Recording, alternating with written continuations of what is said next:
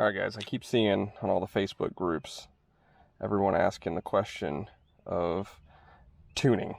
The Facebook Hondata groups constantly getting questions on there about, oh, how do I tune my car? Well, to be honest, you're not going to learn how to tune by asking a Facebook page what their recommendations are on how to tune.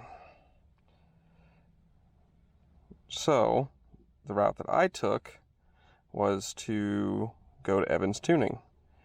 So I'm going to kind of walk you guys through the process of what it's like going through Evan's Tuning to get a tune, and then kind of what you got to do. This is currently the second revision on the tuning process. So I've got a laptop hooked up to K-Pro. I'm going to go key on, get connected, and then once I'm live,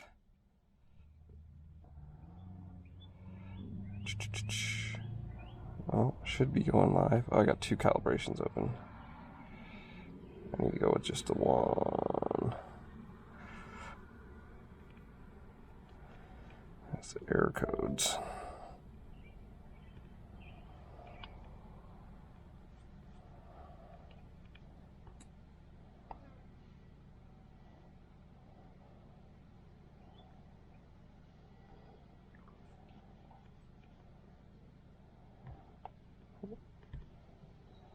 Alright, so now we're connected. Gonna go ahead and click the lightning bolt, I believe, to get connected to the ECU.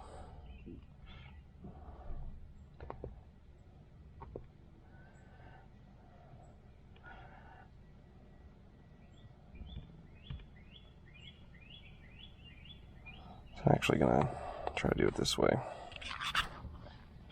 Go to the desktop. Kind of jammed up in here. Get this back a little bit, give you some room. And Evan's tuning files, etune number 2. Open that.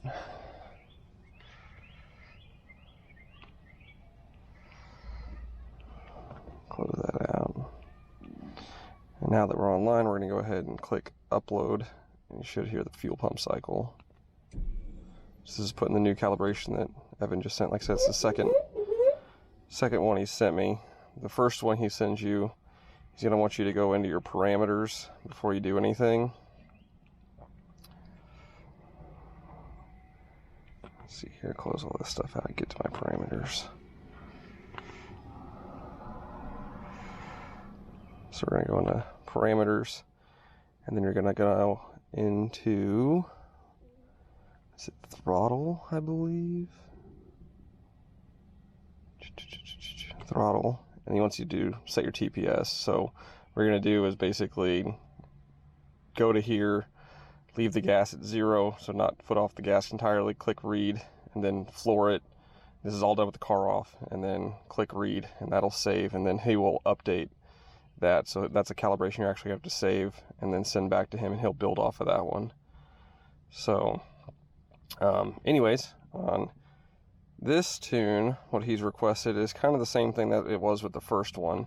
So he wants you to do 2 logs. One of them is just going to be idling. So right now I've got the car in the on position. I'm actually going to cycle it to do to prime the fuel pump. And another thing that Evan recommends in some of his videos is to disconnect the clutch switch, so that way you can start it without basically putting the pressure on the thrust bearings. The last motor I had in this car, the thrust bearing actually went out pretty quickly. With the twin disc, it was a junkyard motor, so I assume it was already hurt, but anyways, still sucked, had to put another motor in it. But I'm gonna go key off, key on, make sure I'm out of gear, and then do a start, and then start the log.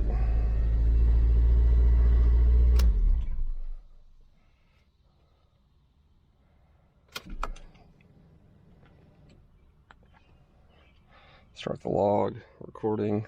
So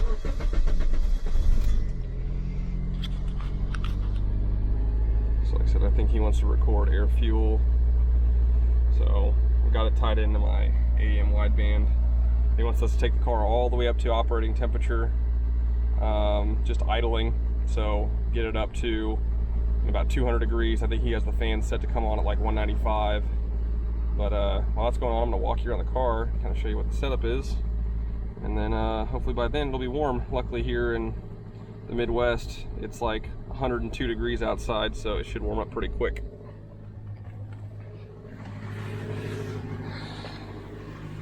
So you couldn't tell by the gauge cluster, I have an 05 Honda Civic Si. I bought it from about 3 hours away. It already had a K24 in it, but the kid who owned it, the motor locked up on him after a few miles, and he took it back to the shop that did the swap, and they pulled the head and couldn't get anything figured out, so he actually sold it super cheap. I bought basically a shell with a half blown up motor, a rebuild kit, K-Pro for $2,000. So I thought that was a pretty killer deal.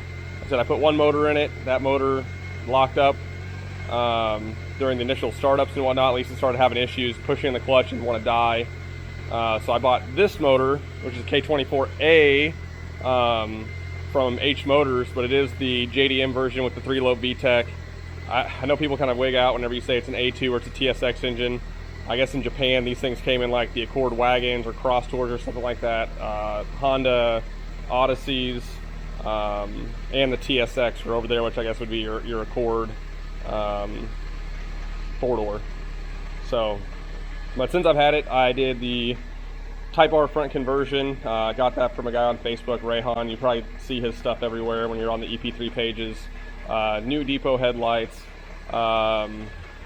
Did swap out the kind of nasty wheels the guy had on it for a set of Inkies I picked up from somebody local who used to have an RSX.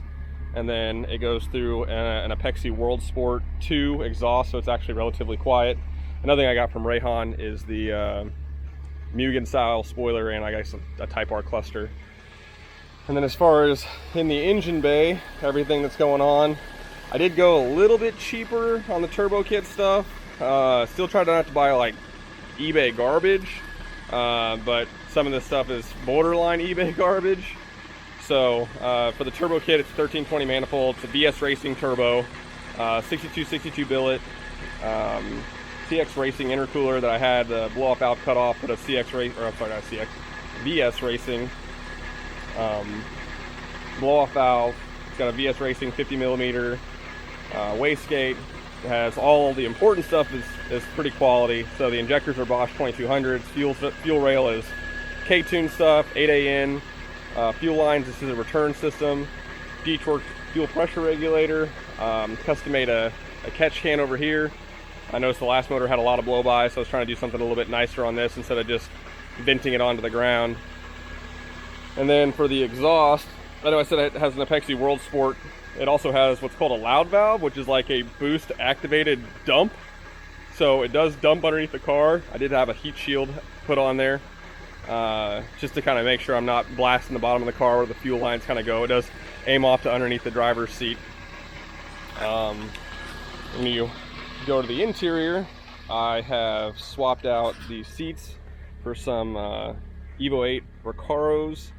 I know that a lot of people were like, oh, these are red, they're not blue like the factory Evos.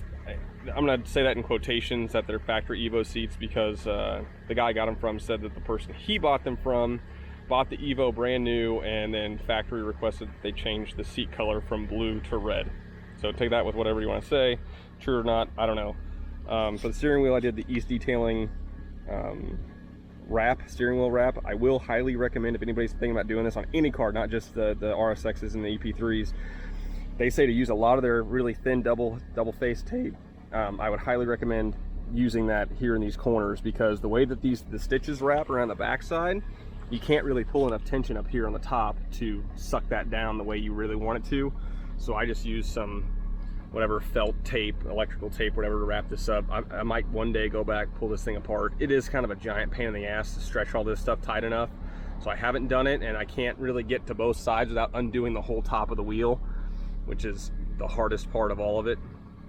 You know, fake Type R shift knob, Type R cluster, because I want to be able to rev this thing out without pegging the the tack.